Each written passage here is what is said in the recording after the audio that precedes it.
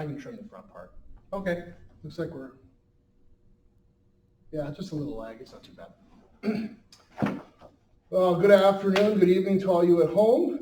This is Pastors Interviewing Pastors, and with me today is the Reverend Dr. Chris Ascher from Resurrection Lutheran Church here in Sioux Falls. He is the husband of one Lori and the father of four. Oh, I missed Four, it. unless you count the dog. Okay, four wonderful children whom I've had the pleasure of teaching several times at the school, but great kids as well. Today, I'd love to talk to you about your route to ministry. Okay. So I know that you started out, we had talked before about this, you started out not as a pastor, but you started as a teacher, is that right? Correct. Tell me about, you first went into education. How did you get to education, and then how did you get to pastoral ministry? So I did my undergrad at the University of Kansas, and I went there for completely the wrong reasons. Okay, why is that?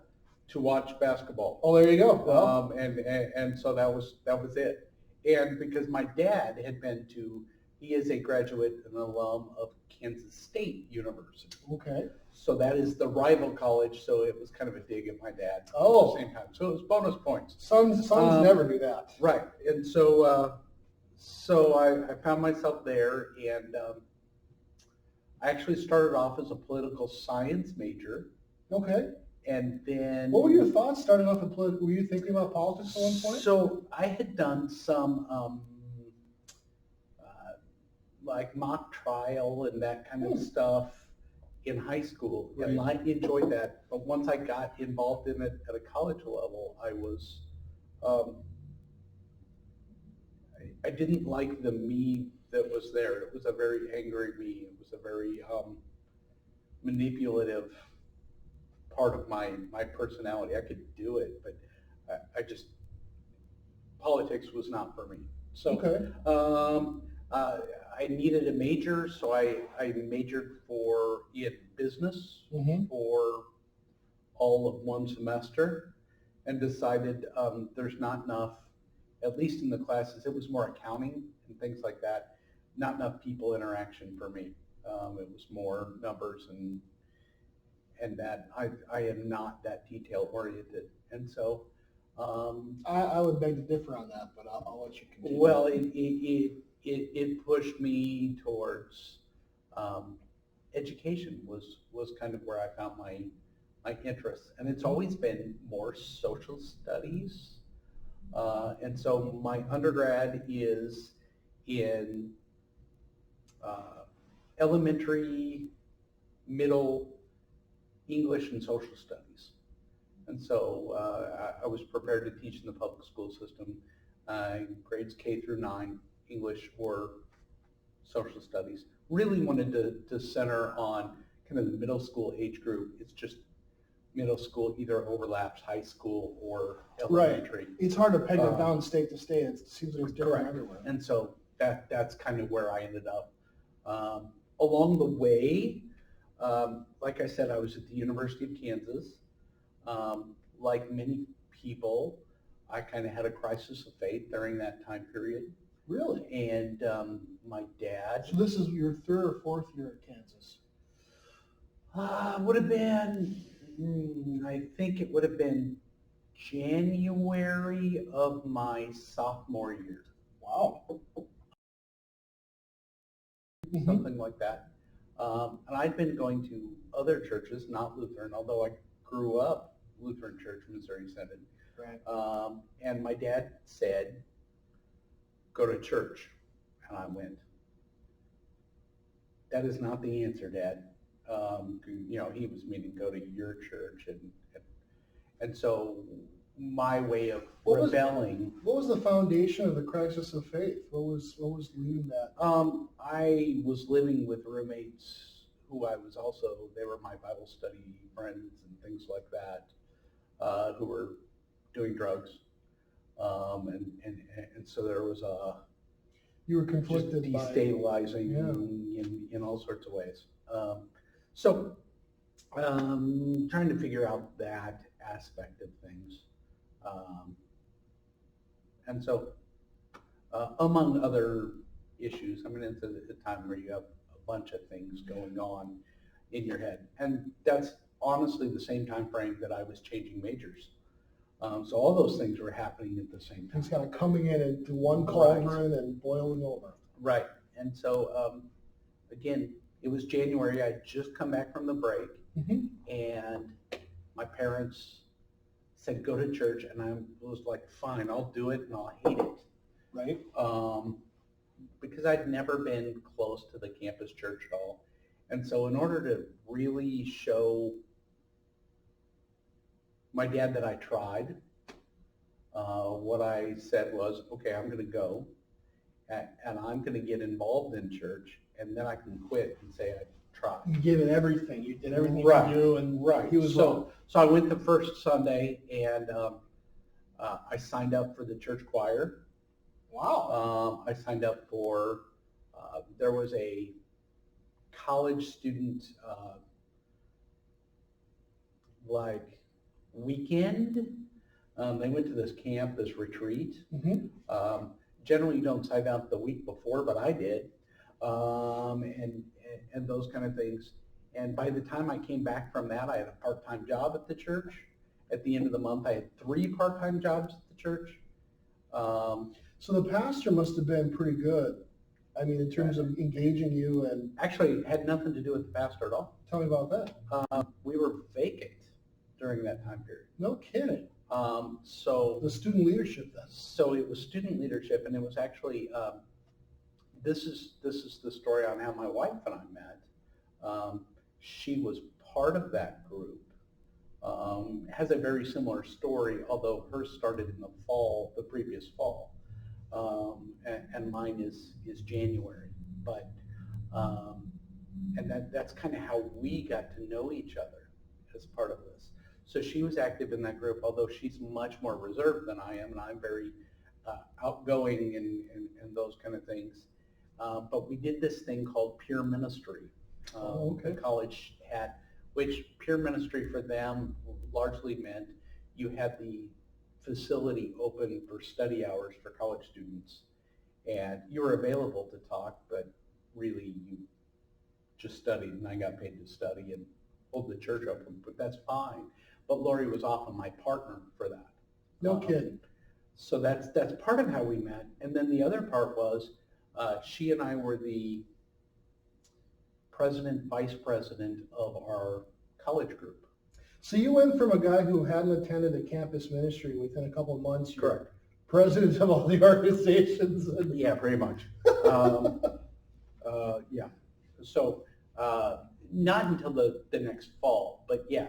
And then we were on the call committee because it was a campus pastor that was trying to call. So they wanted campus students. And so Loria and I were on the campus call committee, and we were talking through things. And as you're going through a PIF and a set, you're going, okay, these are the ways I want the pastor to answer this question. Wow. And so I went, right, I can answer these questions.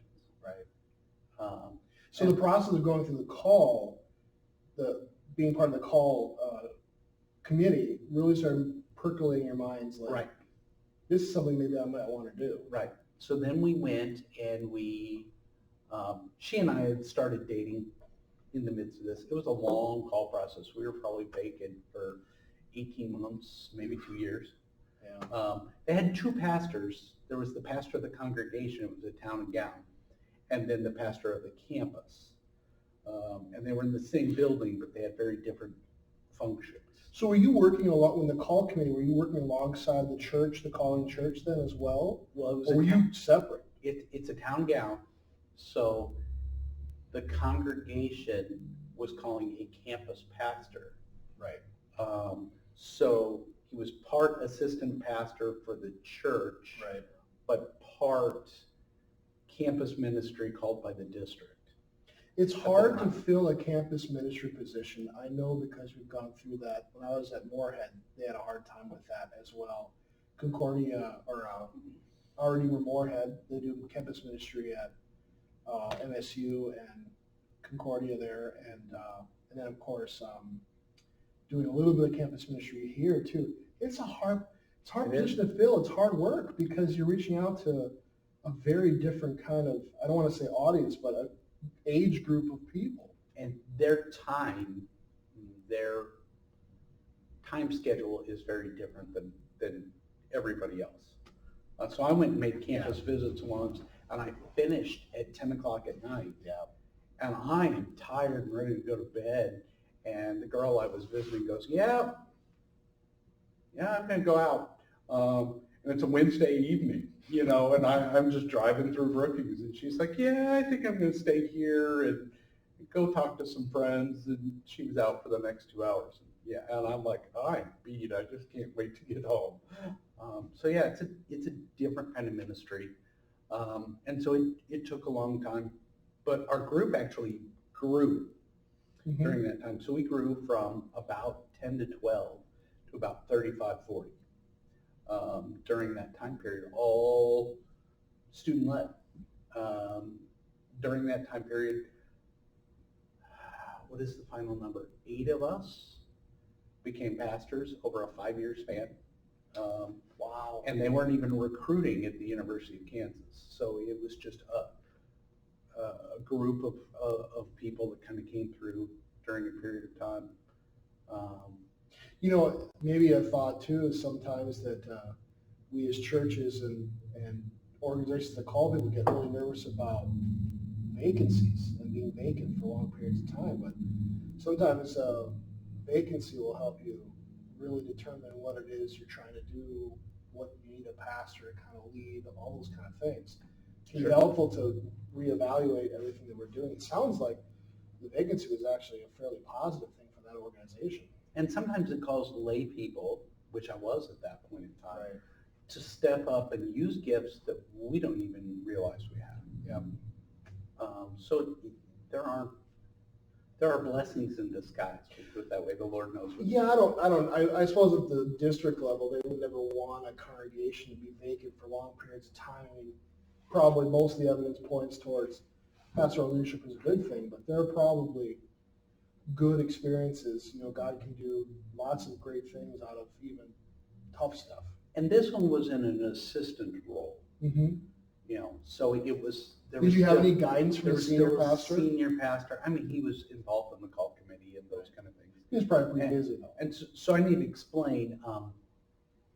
I mentioned I had multiple jobs at the church. One of them was this peer minister, keeping the church open. I also worked in the church daycare at the same time. Really? Mm-hmm. That's interesting. Which is part of why Resurrection I was is a gonna childcare say program, because I was exposed to that Right. and had insight into that from a ground level. And that was part of how I got into the School of Ed, because it was a competitive program. They had 300 applicants and only accepted 50 a year. Wait a second. And So to be a teacher at your school, they only accepted 50 applicants a year? Correct. Wow. Correct. That is crazy. Very competitive program. You only needed like a C average to, in the official documents, but because it was competitive, you had to have So you get entrance references, to the school, you but- had to have, Right. and so that was one of the ways I was able to use my relationship with the church Mm-hmm. to get references in an education setting. And it turned out to be a good fit for me. So your sophomore year, you go through this crisis of faith. You kind of go back to church. By your junior year, you're very involved in the leadership of the church. Your campus chapel. Correct. You're doing active things. And were you a 5-year senior then? Yes. Yeah, teaching always ends up being like that. There's just so many classes to get in. It's actually a 5-year program. Oh, okay. Well, at the university. Actually, let me be clear. It's a 5-year program. My degree is a little different. So the way it was set up, it was 4 years of undergrad, and then a 5th year where you completed half of your master's degree in education. Wow. And that's where you did your student teaching. Okay. So somewhere along the line, I decided I was going to go to seminary. Right. Well, that's what I And wanted to so- ask. When did you, like, what, year 4, year 5, year 4.5? When did you finally decide? Because I have to admit, I had the same problem. I was in my last year of college for teacher, I realized I wanted to go into seminary, but to go back now and do something else would have taken longer than just pushing through, Right. getting a teaching degree done, and then going on and doing my pre-sem classes at the SEM. So what year was it? It was like your last year and a half? Probably, I ended up going 4.5 for my undergrad Mm-hmm. portion of things, and then graduating in the spring or whatever. So I was there for 5 years, but really 4.5 of classes. And yeah, it was probably that last year and a half. Part of it was Lori and I were getting together. Mm-hmm. And as we were talking future, as we were talking marriage, we talked about other things. Maybe I'd go on to seminary, and I was getting a little frustrated with my education program a little bit as part of that. And so the education, I mentioned middle school, there wasn't a lot of direction directly for middle school. It was largely elementary with a very tiny bit of middle school, so I was a little frustrated with the education program. That was part of the dissatisfaction. Meanwhile, this other stuff that I'm enjoying with the church is opening up. Mm-hmm. We went to some recruiting events in the Kansas district at that time, and one of the pastors made a comment, and I didn't realize it until later, but the guy was the person who baptized my wife. No kidding. And he said, do you educate somebody for things for this life, or do you educate them for eternity? Oh, wow. And So you got at your core desire of education. And he wasn't trying. That was general speech. Mm-hmm. But for me, who was listening to education people go, don't teach them just for the year, teach them things they're going to go for their lifetime. Right. It fit into the framework of, you have the year, their life, or eternal life. And all of a sudden put things in perspective, and it was like, the things that you teach are the same, Mm-hmm. or the tools that you have, the same traits are common in both vocations. It's just in this case, the content area was things for this life or things for eternity. And that kind of pushed it over. So, other than this pastor offering up this comment to you that kind of definitely clicked some things in your mind, at least into place, a lot of pastors talk about having these kind of great epiphany moments and things like that. I don't claim to have one. It was just a long kind of process where little things along the way were, I think, God kind of nudging me in a direction. I kind of get the feeling that's the same way for you, that it was a process, not a one single moment. Correct. I kept feeling like, even when I went to seminary,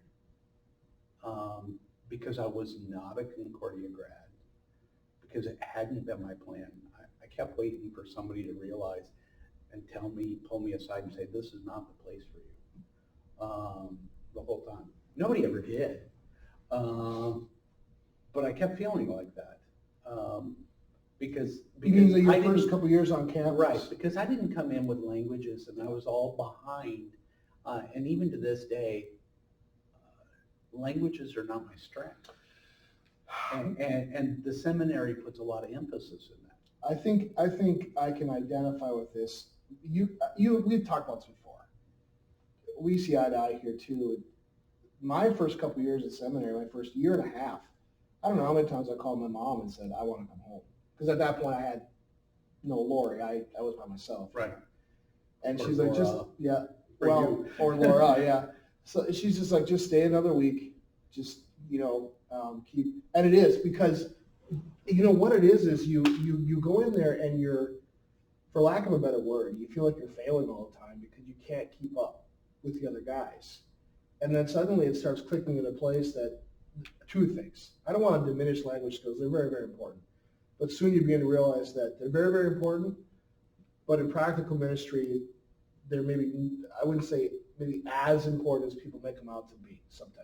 Not saying they're not important, right?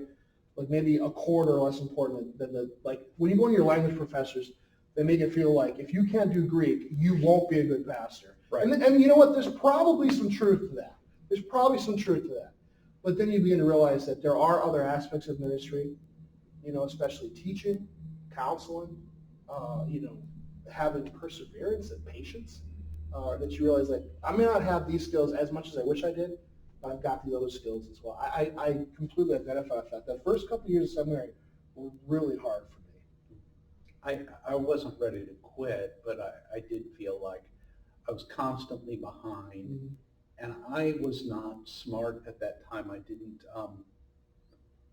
balance my classes. I put all my effort into the languages. Yeah. And so my courses where I was strong, like history, I let go. I put so much work into the languages, into it. And now, what do I use? It's the things I was always strong in, history and those elements. And probably a note we could give to our audience too, the guys who are thinking about ministry, is that,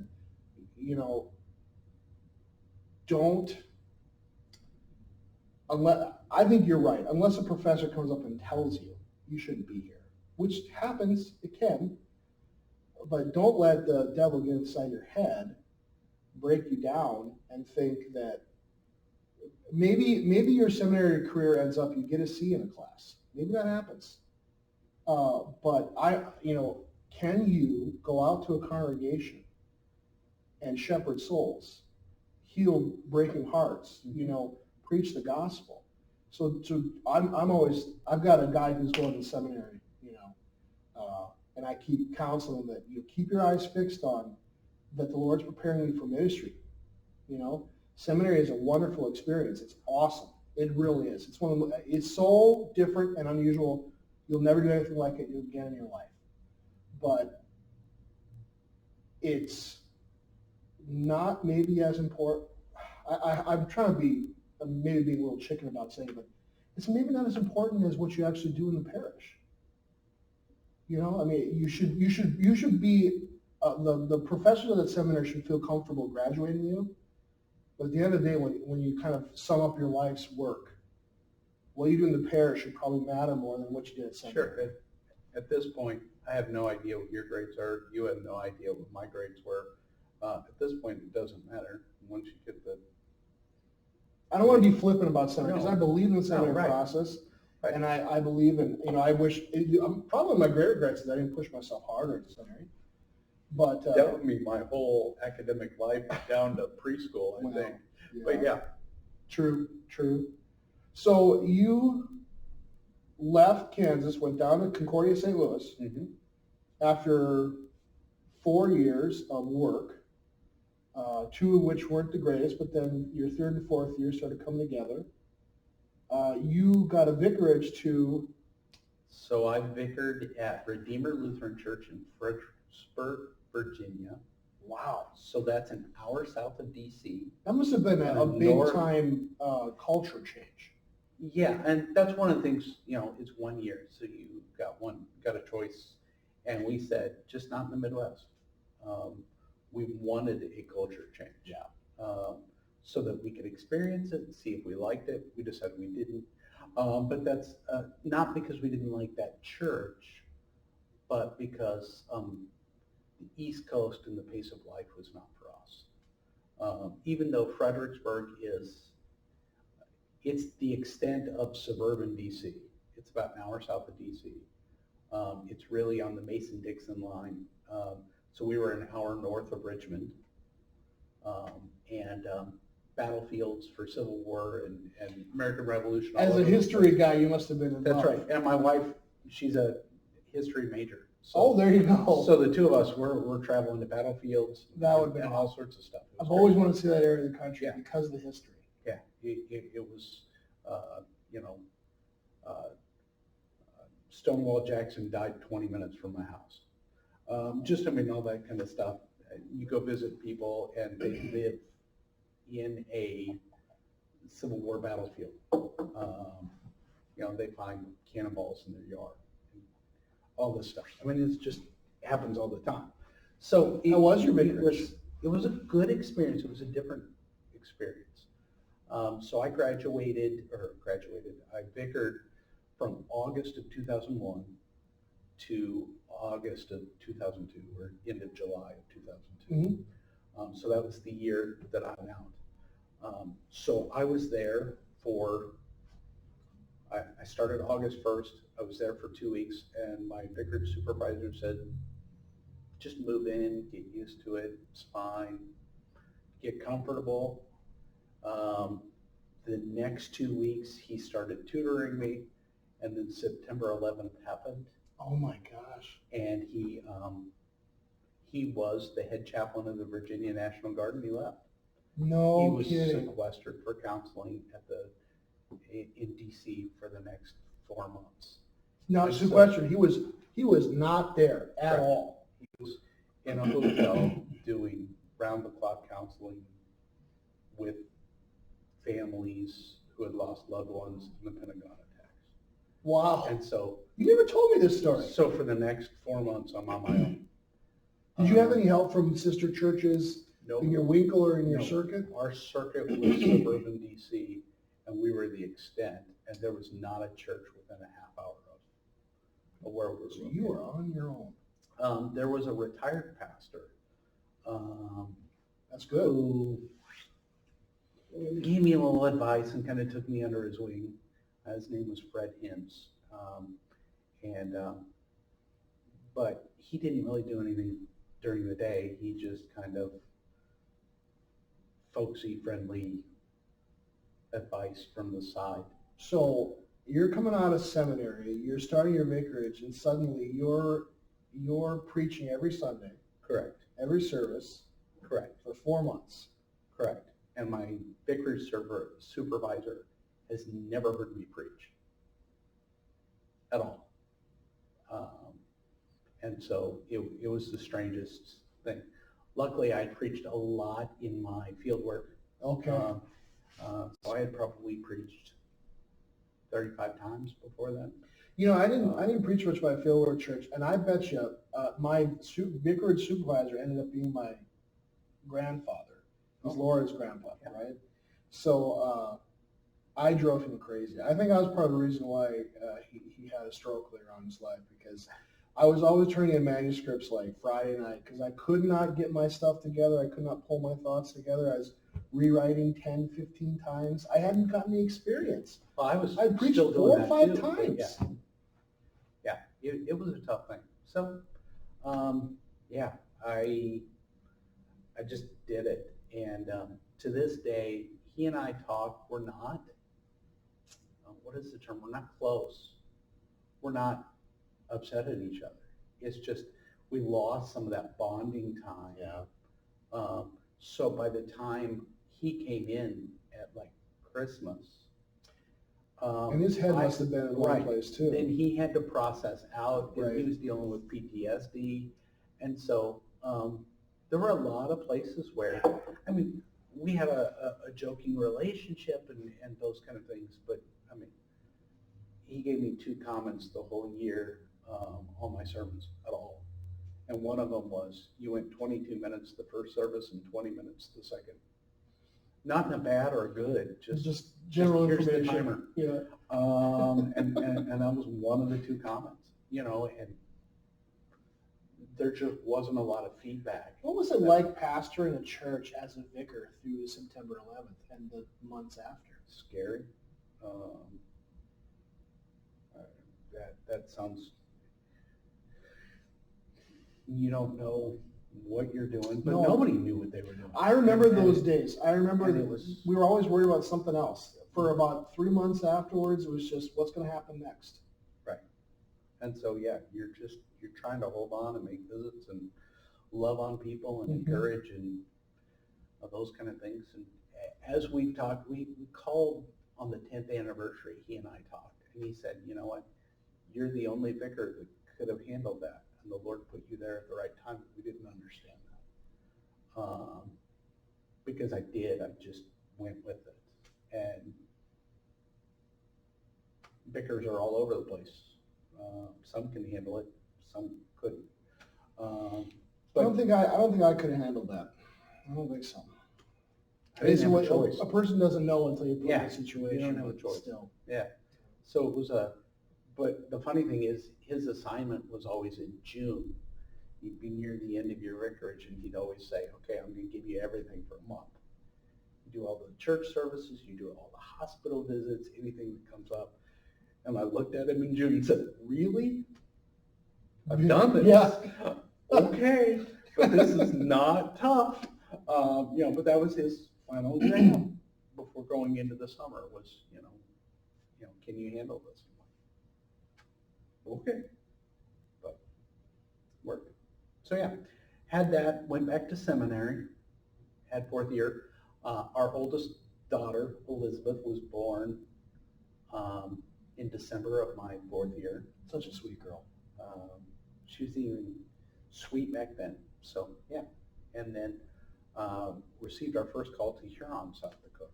Under Pastor President Sackcast. He was not president at the time, but yeah. And that was a wonderful experience. Part of it was you talked to me about that, and you mentioned how much you were doing right away, but now knowing what your vicarage was like, it must have been kind of old hat, really. It wasn't. Vicarage was busy, but you just did. When I got to Huron, I still felt like I wasn't very good. Really? And there is a challenge with being an assistant pastor of you always get to see the other guy. And so you're doing first year sermons. And he's doing 25-year vet sermons. Yeah. Yeah, I can see that. I've experienced it, but I understand what you're saying. Yeah, so there's a place where in some ways it was the vicarage I didn't have. Where I got a lot of training on how to do stuff. Because Dale knows how to train people, right, that's for sure. And he did a wonderful job. And so he and I had a very open relationship where I would ask him anything and all the time. I'd just walk into his office and be like, okay, I have a funeral. Well, how do I do this? And he would patiently walk me through it, and those kind of things. And that was very helpful. We should give our audience a sense of this. When I came to the South Dakota district and I went through a training at the district office, Dale plops down this training manual. The thing's got to be like 4 inches thick, and literally, I use it all the time. There is nothing in all of creation that is not in that manual. The guy just... Well, and so some of that was when he was developed in the district office. But some of that is pulling the tools from guys like me that he had prepared. So the very first, I walked in. Also, his experience as a... just training an assistant. Right. So the very first day I walked in, on my desk was a list, and he even told me, don't put money down on the house until we get your taxes figured out. So he's giving me tax information on how pastors do taxes and all this stuff before I purchase a house, all this level of stuff. That's all in that manual. It is. But it's just those wonderful little helpful tips to get you started on the right foot. Right. He taught me how to do my own taxes as a pastor, which is not easy. Ministry in Huron was pretty typical ministry, I suppose. It was. Funerals, preaching, marriages. It was a large church, so at that time they had over 1,000 members. They had 80 different shut-ins. So we each visited half each month. An average of 25 or so funerals a year. How many years were you there? I was there for 2.5 years. You must have got a lot of experience then. I suppose. I probably did more funerals there than I've done here in 15 years. So tell me about the call to resurrection. Okay. It was a church plant, so you're going into a very different kind of ministry, right? Very different call. My predecessor here was Pastor Spees, Mm-hmm. and actually he had taken a call to Woolsey, which is 15 miles away from here. And he and I had driven down to preach for Main Street Living the day before I got that call. No kidding. And just he's showing me spots in town and those kind of things. The next day, I stayed over for a pals meeting. That's what it was. I don't know. I came back Monday morning, and what I remember is there was a message on the machine, and it was Pastor Sagasor from here, saying that I had received a call from Huron, or from Resurrection. Right. And I went, what? And I didn't, how do I explain it? I didn't want it. I was honored. You were But I looking was to very leave Huron. very nervous. I had some good relationships and those kind of things Right. in Huron, and particularly with Pastor Sagast at the time. And I remember telling him that I was going to turn it down, and then the next day going to him and saying, I'm accepting this. And so I really wanted to turn it down, but I couldn't. How long after you took the call to resurrection did he take the call to district president? I came in November of 2005. He would have started June, July of 2006. So not long after you left, he left Correct. as well. And then he lived in my basement, but that's a whole different.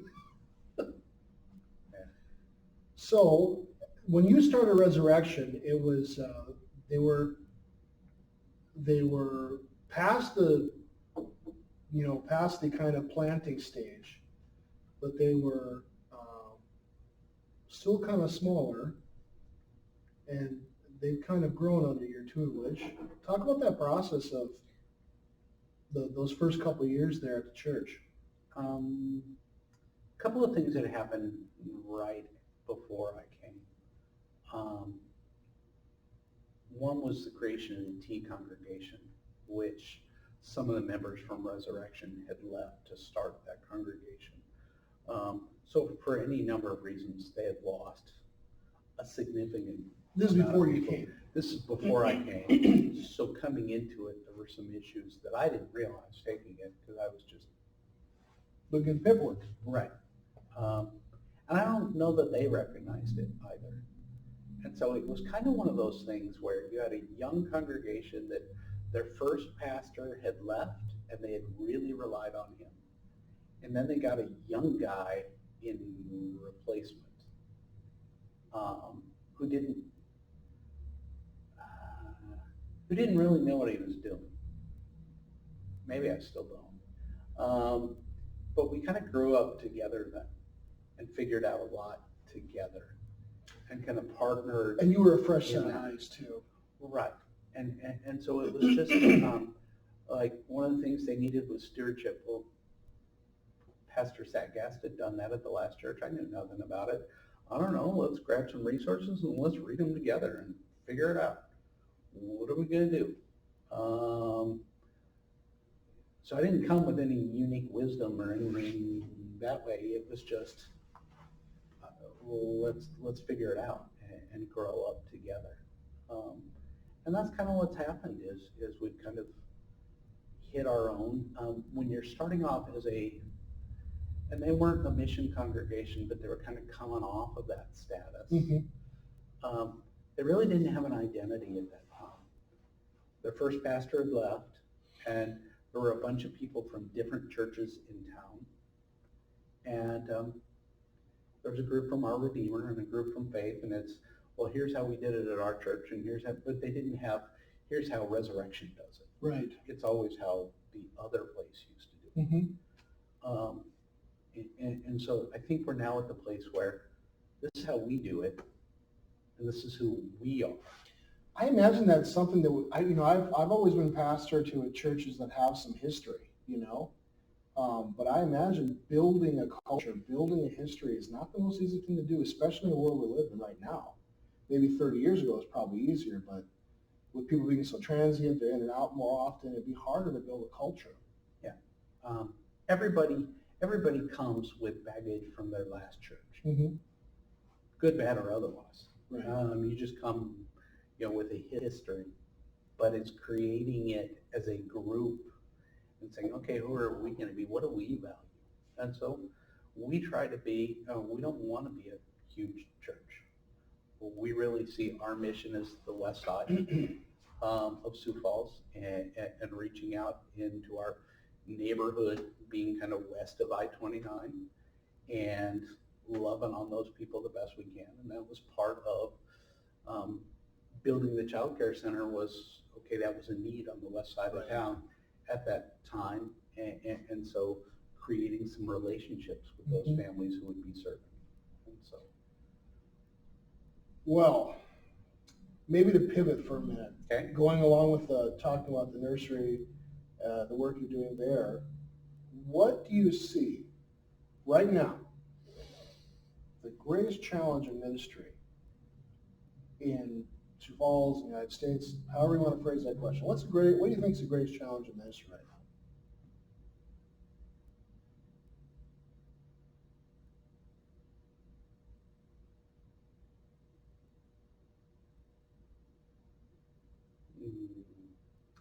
Trying to think deep, and what I'm getting is the devil. Well, he's deep. There's so much culturally that kind of sloughs off the importance of faith, the importance of Jesus and what he's done for us. As part of that. Would you maybe title it apathy? Not quite apathy. Can be apathy. That's one aspect of it. Mm-hmm. Sometimes people are very, spiritual but not religious. Apathy doesn't really fit into there. That's a good point. So it's an aspect, but it's a place where I don't know that that's anything unique or different than has ever been there. It's just, but that's certainly a challenge of where do we fit in our culture today as they wrestle with stuff, as we deal with pandemic stuff, where that fits and where faith in Jesus Christ plays a role in how we are different. So definitely a place on there. Maybe to flip the coin then, what do you think right now is maybe one of the greatest opportunities right now? As you consider kind of your whole ministry, maybe you think back to other pastors and how they did ministry. This time period we live in right now, what's one of the great opportunities you think?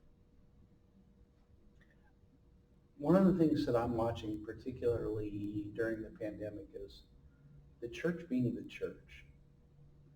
And it sounds strange, but I've got people who are calling each other and making contacts and caring for each other. And so I go to make a phone call and it's, oh yeah, I talked to so-and-so the other day. They called me and I've called this person, and this person. And as we're dealing with, sadness, death, sickness, they're loving and caring for each other in ways that probably has always been going on, but it's heightened. Yeah. And people, so we've had 2 deaths in our congregation in the last 2 weeks. Okay, both of those people, both of those families, have actually shown concern for the other family. That was going through the process of... That was also going through the grief process. So as they were grieving for themselves, they're also grieving for the other families. Right, The same right. thing. So it's the most interesting thing, just watching them, stop in the middle of it and go, how is so-and-so doing? Yeah. And it's just neat, just watching the way the church is the church. And I think this is the place where when the church is the church and they care and they support each other, when the ministry is not just on the hands of the paid professional, but those are the places where people start seeing it vocationally, and they want to be a part of that. I think our culture has gotten a little calloused, maybe not as loving and caring as they once used to be, probably because of the fact the church is shrinking in the States. So yeah, the church being the church, it becomes more abnormal than it used to be, which for us is a good thing. Right. Being sacrificial in our love and our care. Yep. I've had the similar experiences my folks have been calling to. It's a great thing. I've never felt such pride in my people that they're calling other folks and checking in on them too, and it's a good thing. Yeah, that's probably the neatest part of this is, watching that happen, that care. I've enjoyed watching other pastors and their creativity, the things that they're doing. Pastor Jordan Dreesen, he gets his trailer out and he has all these speakers on it. He does a service in the parking lot, which I like. See, I do a parking lot service too, but I do it over the FM radio, you see. But he just blasts it to the whole neighborhood, and I love that. I think that's so cool. Yep. And there's lots of other people doing really interesting, finding ways to fill people's needs. A friend of mine in Barrington, Michael Brown, his church is helping by providing sack lunches for people who are out of work and things, and it's great. Yeah.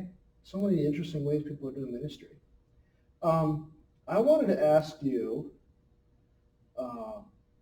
what are your greatest joys right now in ministry?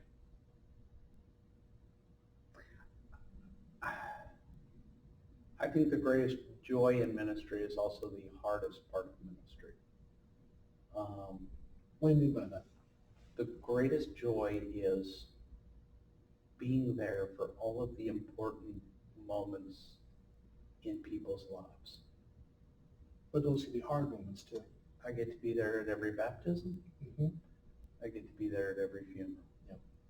And they're the emotional times, and you live and breathe with them. They're also the exhausting times. Yeah.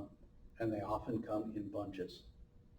I wish they did. And probably one of the most surprising places is, I don't think anybody in the church understands how hard. The one thing they don't train you for at seminary is the handshake line at the end of church.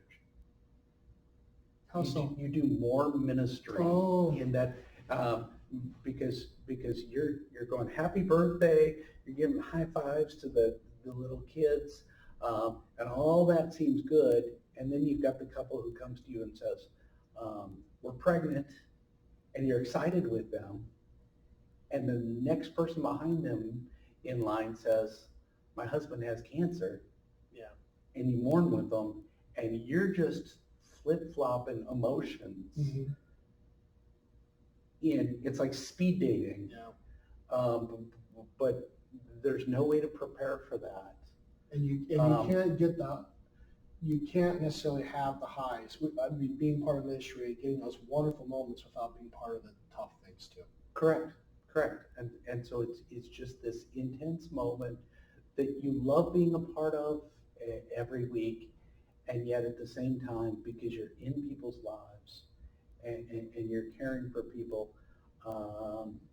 you get this immense wave, and they wonder why you can't remember anything. And you go, you have no idea what I just went through. And I get to do it twice a week at both services or whatever, and I can't remember a thing. So please email me what you just said about that prayer request. I'll try and get it, but I feel better about myself because I do the same thing all the time because, you come on, it's exhausting. After 2 services Sunday morning, I'll go home and I'm wiped out, and people will try to tell me something and they'll receive line. I'll just say, text me, send me an email because I won't remember between now and tomorrow. And I don't want to forget this, right? It's very, very important. So make sure I don't forget it, that happens to me a lot too. Our former child care director who was a DCE said at one point she just got sticky notes, and every time somebody told her, she'd write it down and stick it to herself.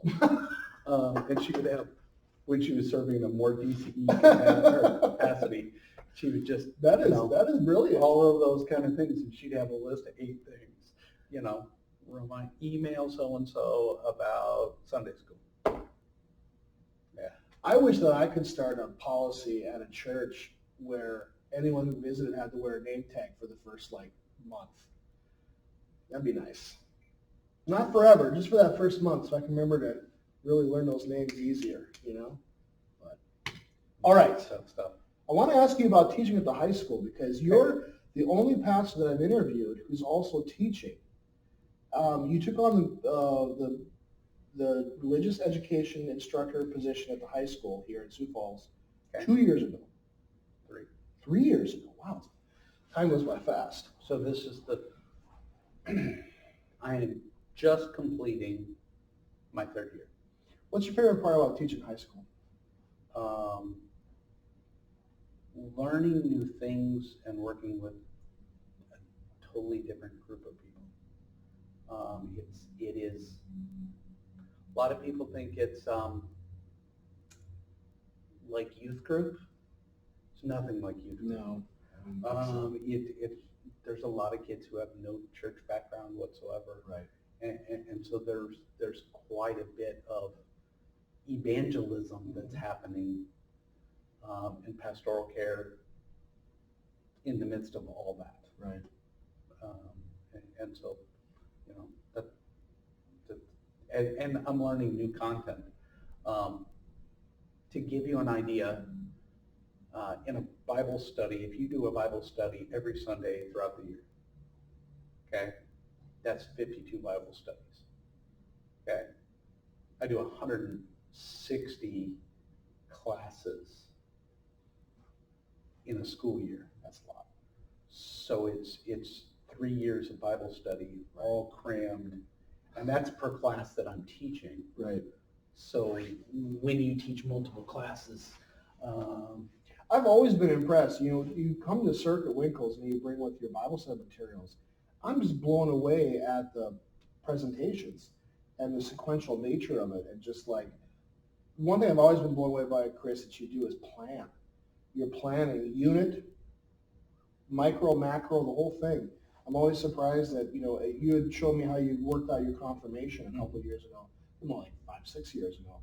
And I was surprised. I just looked at that planning and how it's all really well laid out. And that's the one thing I wish always wish I was better at, would be the planning aspects of ministry and being more prepared. I wish I could get better at that every single year. I think I am. Slow process, but still, I'd love to get better at it even so. So it's probably not something that's natural to me. See, now that I find that surprising because when I see your materials, I just think to myself, this guy must be a detailed guy. No, see, I spent 2.5 years in Huron with Pastor Satgast, who was very detailed, hence the binder. And I learned to appreciate. Isn't Satgast a former military guy too? He is. So basically, you got military style training. Well, I don't know, but he's very detailed, and while I don't necessarily have that, cleanliness of my office will show that. I have learned to appreciate it and to adopt it for myself. And so because of that, I was able to kind of start from there and move to the next level. So I maybe look more organized than I necessarily feel inside. Well, I have to say, I think the religious education you're doing at the school is excellent. And I'm very, very proud of you, and I'm thankful that you're there at the school doing education. I've seen some pretty amazing things come out of those kids. even the kids who are not part of our association churches, maybe they're part of other evangelical churches in town or not even part of a church at all. And just surprising what they're picking up, what they're learning. It's very, very pleased as an association church member. Well, thank you. That the teaching, I think, is absolutely above par, way above par. We try to challenge them. Sometimes they don't always appreciate that now, but a lot of it comes out of that background. And I was saying, you're going to hit these challenges when you go to college. You're Right. going to hit those places where you have faith crises in your life. And so the intent is to work through some of those things so that you're prepared when they happen with a reliable place. I think back on my education and training in youth group too. I agree with you 100%. If I'd had the kind of training you're doing at the high school, I think my life would have gone a little differently. I can't regret where my life is now. Sure. Love my wife, love my kids, love my church. But boy, I came in green to the seminary. I did. I think a training like that in high school would have been a great value. Well, and I think any parent knows and says, if I can save my kid the heartache that I went through because my own hard-headedness. Every parent's dream. Right. And I think it's the same way as a pastor. If I can save you some of that heartache. Mm-hmm. I've always thought, I'm a former teacher too, and I've always thought that the quintessential thing, you can learn skills and methodologies, but the thing that makes a teacher is that when they find something that they think is amazing or that they love, that they cherish, the first impulse in a teacher is to give it away. Yeah. They find something like, oh, this is so amazing. I got to go tell somebody about this amazing thing that I've found. And that goes across all disciplines, not just religious education, Sure. It's math, it's English, it's everything. When you're a teacher and you just love this stuff, you just want to give it away. I can see that in you in spades, definitely. All right. I'm going to give you a couple rapid fire ones for fun, okay? Just to close out our time here. What is your favorite movie? Star Wars. Just blanket Star Wars or the first one? The fourth one? Actually, A New Hope. Okay, if we're going to go with that, I would go with The Empire Strikes Back. Okay. All right. Fair enough. To be clear. An interesting bit of trivia. So I was born July 1st, 1976. Star Wars came out shortly after that. I am the youngest person, I believe, I hang my hat on this, that has seen all three movies and remembers them in the movie theater. There you go. But that's because I grew up for 3 years in Alaska. And it took so long for movies to get to Alaska. Oh, I was going to say, how is that even possible? That it was 1980, and it was just getting their first run. No kidding. Now that seems unfathomable. Yeah. But, and so, yeah. So I remember it when I was 4, but it had been out for 3 years. Right. But you didn't know, but there wasn't internet back then. Right. It was all fresh for you. Right. And so it was. That was a good story. I like that. So, yeah. All right. Favorite book of the Bible? Or I'll take your favorite Bible verse. Either one. Favorite book. Whatever I'm studying at the moment. I knew you were going to go that way. That's in the last year, we have gone through Revelation, we've gone through Daniel, now we're going through Genesis, I've done Romans, and so I always think whatever I'm studying at the moment is because everything is just like, oh, did you know this? Did you know? And so, I'll go with, First Methuselah. Okay, that works. That is not a canonical book, by the way. Okay. Recent book you enjoyed reading? Let's see. The last book that I read was about the Barbary pirates. That sounds Thomas fascinating. Jefferson and Thomas Jefferson and the Barbary pirates. It was about the first war the United States was in as a states after the American Revolution. where Thomas Jefferson is leading them to build up a navy and those kind of things.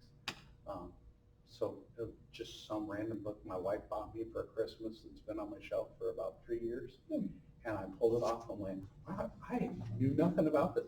And I'm a history. It sounds I good. like history. And I never heard was about it, yeah. Clueless. Some of my favorite So- history things to study is revolutionary times. It is a really interesting period in history, for sure. So yeah. All right. Recent book, or no, I just said favorite food. Favorite food. I like a lot of food. I like ethnic food.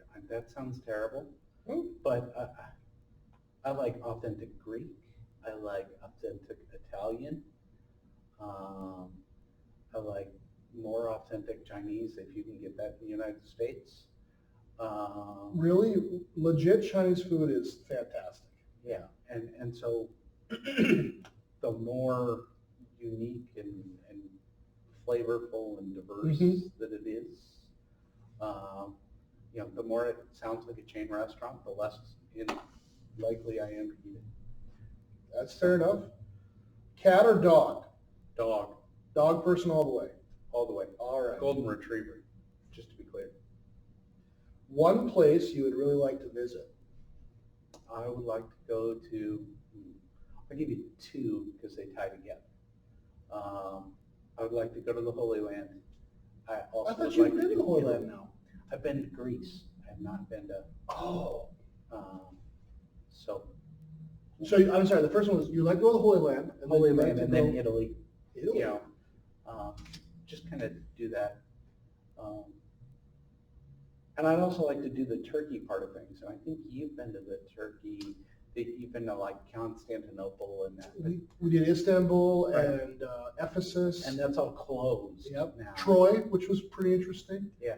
We went to a little place called Assos too, which it's just mentioned in the Bible very briefly, but you wouldn't believe the views. You get up way up on top of this mountain, you look out over the Mediterranean Sea. It's one of the most beautiful views I've ever seen in my life. So, Yeah. So yeah, Turkey was pretty great. those would be the things that just biblical sites, holy sites, Yeah. not from just understanding the countryside. And now as I go through Acts, because I spent some time going through a journey of Paul. Now they have I can see where things are. Right. It just changes my view on,